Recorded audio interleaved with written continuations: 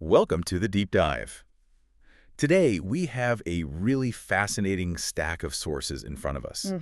They all seem to deal with this major psychological and emotional movement that's happening around November 30th, 2025. Huge shift. A huge shift. So we want to try and translate that, that abstract energy into knowledge you can actually use. Let's make it practical. So our mission today really is all about efficiency.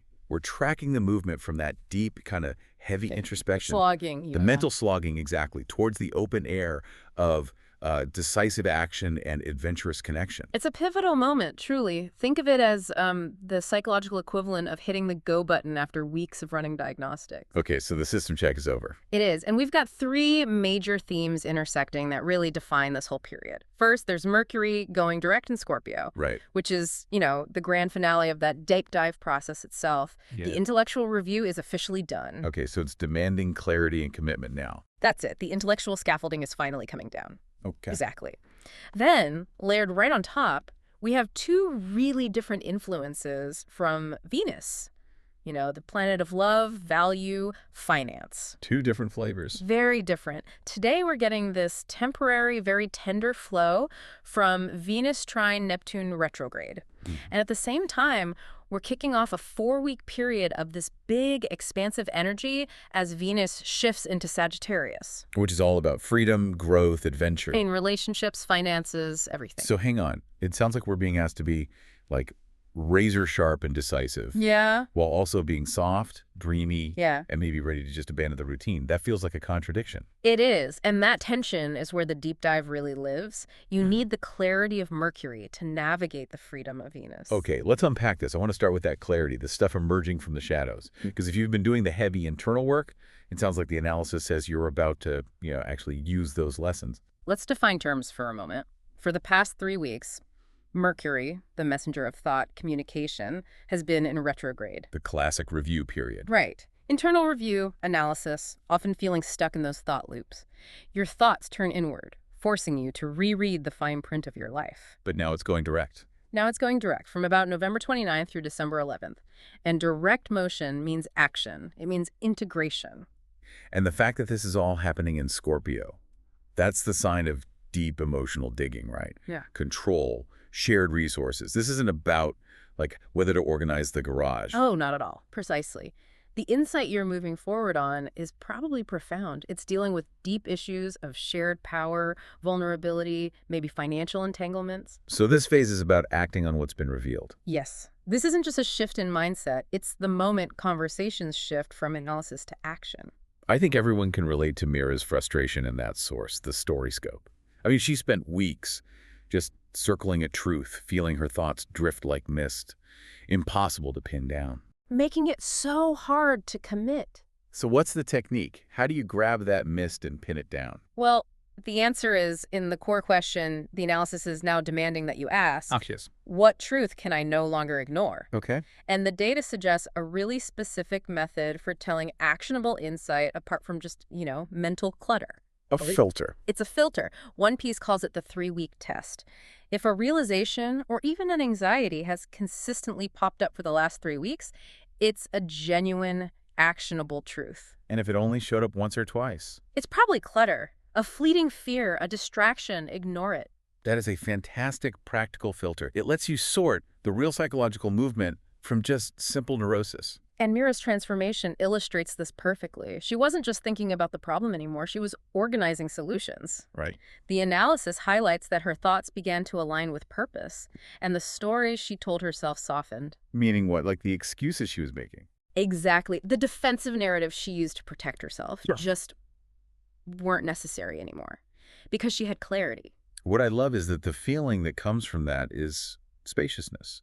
It is described as being like a room finally cleared of clutter. You can feel it physically. Yeah, that's the tangible feeling of psychological closure. And that profound emotional clarity, it doesn't just stay internal, it influences her words, her decisions. The sources note she was able to speak honestly without rehearsing first. That's a big one. It is. That need for preparation just dissolves when you are certain of your truth. And that's the application for you listening. You should feel that ease, that intentionality in your own dialogue and decisions now. The heavy lifting is done. But, okay, here's that tension again. We've got the surgical clarity, and then, bam, we're thrown into this dual energy field from Venus that's all about dreaminess and maybe a little reckless abandon. How do you reconcile that? That tension is the test. Let's look at the temporary energy first. Venus trine Neptune retrograde, which is peaking today. Trine is good, right? An easy flow. It's a harmonious, easy flow of energy. And since Venus is connection and Neptune is dreams and illusion, this creates energy that is just, tender, forgiving, deeply empathetic. Shared vulnerability comes really easily. It sounds wonderful, but that's where the rose-colored glasses come in, isn't it? Absolutely. The stack suggests this is perfect for meaningful, honest connection, but it comes with a huge caveat. Which is? Because our capacity for compassion and forgiveness is so high, we tend to see the absolute best in other people. You could easily romanticize a relationship that isn't ready for commitment. Or a business deal. Or, more practically, idealize a financial opportunity that really needs rigorous due diligence. So we have to use the cold, hard clarity we just got from Mercury direct to vet the dreamy opportunities from Neptune. Precisely. Now, we pivot to the long-term emotional forecast. Venus moving into Sagittarius, which dominates the emotional landscape from November 30th through December 25th. Okay, so a whole month of this. And this is where the tone just shifts completely. It's joy, laughter, humor, a big jolt of optimism. So the core shift here is moving away from control and security and towards freedom and personal evolution.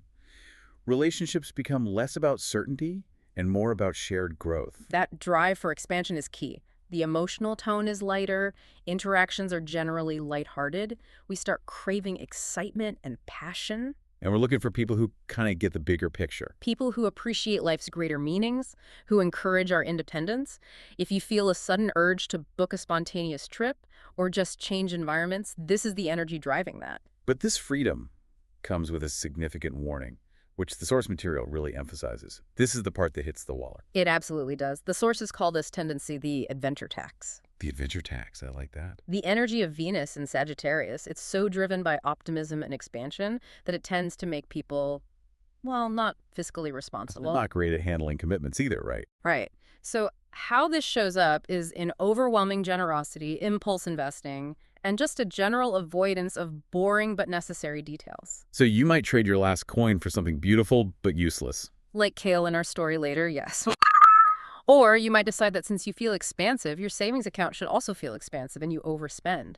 Long-term budgeting just feels oppressive under this energy. That makes holiday shopping particularly dangerous. The feeling is, I should give extravagantly because I feel great, ignoring the bank statement. Yes, and on the commitment side, if a relationship feels limiting or requires a lot of structure, this energy encourages you to shy away. Yeah. That desire for spaciousness can turn into commitment phobia. So the challenge is using that Mercury direct clarity to set boundaries around this adventurous financial and emotional impulse. You need the clarity to guide the freedom, otherwise you just end up drifting aimlessly and broke by January. And nothing illustrates this better than the story in our material, The Queen's Comet. This narrative is the perfect blueprint for integrating these dual energies successfully. The legend itself sets the scene. When the Queen's Comet returns, hearts open, destinies loosen, and love becomes a wandering flame. The energy of possibility without the weight of obligation. Exactly. And we meet Lyria, the apprentice mapmaker and dreamer. She's the expansive mind. And Kale, the wind lion rider, the ultimate adventurer with a laughing spirit. And the relationship blooms not through vows, but through, what was it?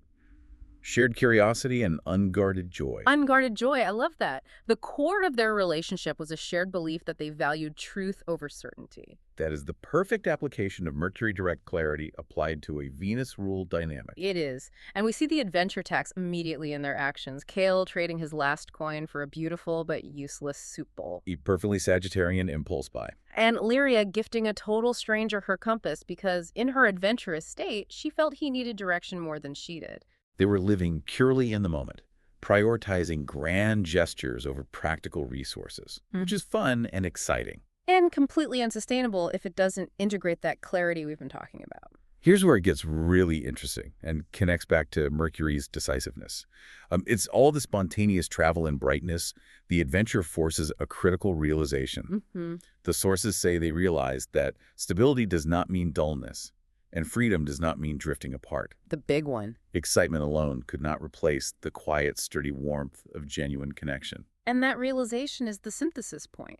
The raw, untethered Sagittarian freedom needs the grounded, emotionally honest structure of that Scorpio clarity. So they reach the Valley of Echoes, and Kale asks the question every freedom relationship eventually has to ask. What are we to one another? Adventurers sharing the road? Or something more lasting? And Lyria's response is the essential takeaway for this entire deep dive. It just perfectly marries the need for freedom with that newfound clarity of action. She says, we are becoming, growing, learning, choosing, one sunrise at a time. Beautiful. Notice the shift, from a noun, a fixed title like partner or lover, to these active, ongoing verbs. Becoming, growing, choosing. It's not a destination, it's a direction. That is the ultimate expression of this energy. They're trusting that love flourishes best in open skies and open hands, maintaining that essential freedom of Sagittarius while using the conscious action and honesty from the Mercury direct clarity. It's an active, daily choice. Guided by the truth they can no longer ignore. So what does this all mean for you, the listener?